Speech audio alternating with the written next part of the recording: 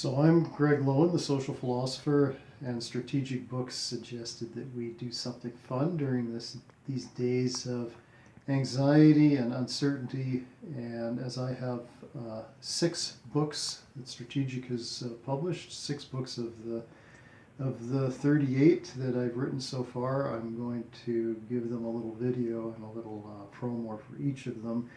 And my very first commercial nonfiction work, which appeared back in 2008, was called What is God? There it is. Musings on Human Anxiety and Aspiration. And it was written during a period where there was a real kind of divisive and bipolar sensibility regarding discussions of religion. Either one was kind of a religious zealot, if you will, defending the idea of God at every turn and being very holy about it, if you will. Or there were, the people who were the atheists and scientists who were sort of saying, no, God is a joke, it's a stupid idea, God is dead, and all the rest of it. There is a third way to think about this very important human concept, and that third way is encapsulated in this book. So if you were tired, or if you're still tired of that so-called debate or that conflict between these very extreme camps, then this is definitely a book for you. My second book with Strategic was a book on ethics, again, a popular nonfiction book called Becoming a Modest Society. They did a beautiful job with the Bruegel cover. This came out the next year, 2009, and in this I try to make distinctions or distinguishing, hence the word in the subtitle, between different kinds of concepts like bravery and bravado, prudence, prudishness, ethics and morals, things that are casually confused but actually mean very, very different things.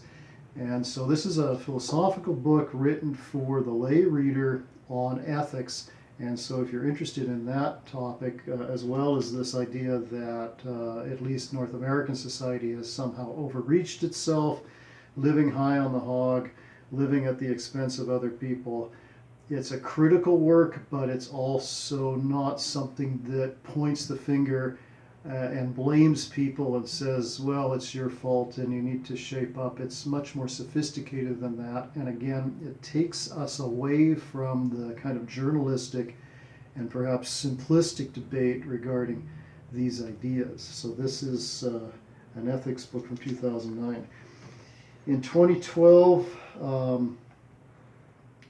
a book about another concept that tends to be very divisive, the idea of the afterlife, which seems very mysterious and even metaphysical.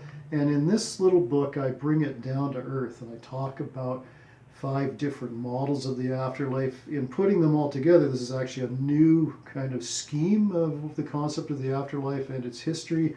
And another beautiful cover, this time by a friend of mine from Saskatoon, the artist Lena Kazan. And all I did, if you want to take a closer look at the cover there, where there's a corpse, a body in the earth giving rise to this beautiful tree, all I did with that was tell her the title. Like, the book hadn't even been written yet. I just said, this next book's called On the Afterlife. Could you do a cover for me? And this is what she came up with, this poignant and beautiful sense that death nurtures life and that they are in symbiosis with one another. So I'm going to read the blurb on this one just to give you a sense of what happens here in this very short book. It's easy read again. It's commercial nonfiction. It says on the back, the publisher's blurb, on the afterlife you will get there from here. Author G.V. Lowen presents a new fascinating model of the concepts of the afterlife from early human societies to our own, based on 4 types. This theory stands apart from any kind of personal evaluation or judgment, whether or not the reader actually believes in the afterlife, either in the form of a return to life in this world or a continuation of life in some other realm, or not. A 5th type is designated by the concept of nothingness, which today, as you know, is an integral element of understanding to us what happens when we die, insofar as we can know. This is not a futurology, obviously, It's famous amongst philosophers to say that one cannot experience one's own death. What does that actually mean then for us while we're still living? These are the kinds of topics that get discussed on the afterlife. And in a kind of a departure,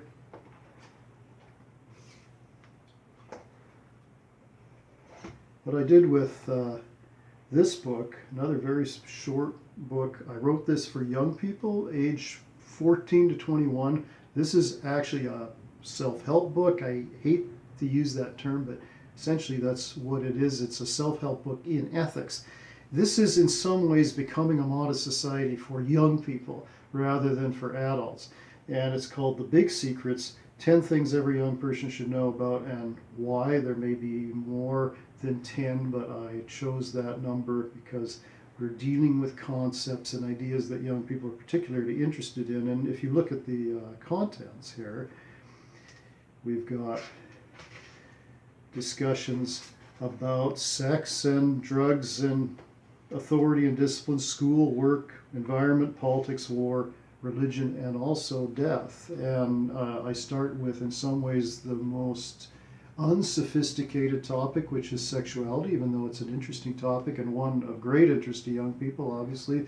And then it ramps itself up all the way to a concept that we've already seen a lot of people have a great deal of anxiety about. How should we, in the prime of our lives or approaching the prime of our lives, during a phase of life where many of us don't even have the concept that even we could experience a personal death. We still have that naive, childlike sense that we will live forever. How does a young person approach the concept of death, and why would it have meaning to them? And all of the rest of these important concepts, politics, religion, identities, the environment, of course, is a big kind of calling card for youth these days. So that's all there, and this appeared in 2014. So another commercial nonfiction effort there. Yet another departure. My work life changed radically when I stepped down as an administrator. I was in sort of a mid-level executive management position. And I had a lot more time, and then I started writing fiction, for better or worse. And this was the first fiction effort ever. I've written, I think, 14 other volumes now in fiction, 13 or 14. And this was just a very short novella called Halcyon Summer.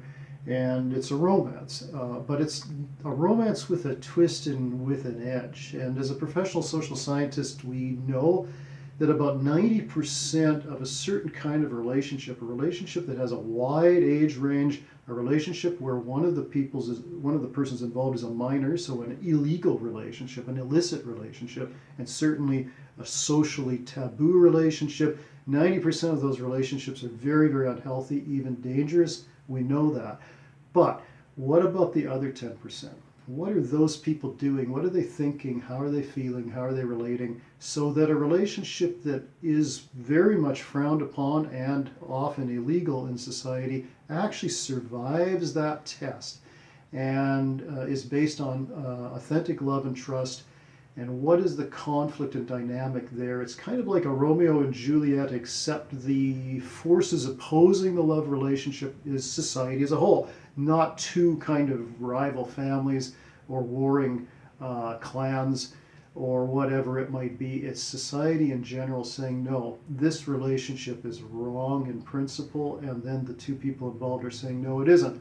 So what would that be like? To get inside the heads of two people who are experiencing that kind of thing. And the senior reviewer for Midwest, Diane Donovan, writes just this brief blurb. She says, Halcyon Summer turns from a steamy story of sexual exploration to a serious survey of how relationships grow, despite great differences and even, perhaps especially, under conditions of adversity.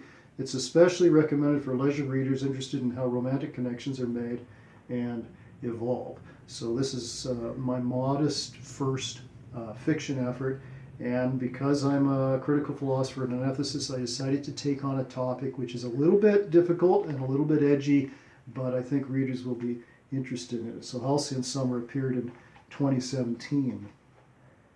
finally, and appearing just last year in 2019, a much thicker book than the other ones. It's about 500 pages. This is a book not really for the faint of heart, and it is a scholarly book through and through. It's called Blind Spots. It's basically a new theory of anxiety, and in our anxious days, especially even right now as we're working through this period where the world has to come together and come to terms with a medical and health challenge, a new theory of anxiety, I think, is very apropos, and it fits in philosophy and psychology. And as I say, if you've got the time and the interest to read something thick about a very difficult concept, this is not as friendly a book as the other ones, the other 5 that I've spoken to so far, but nevertheless, this is my most recent effort with Strategic, at least, and also my most recent published scholarly work.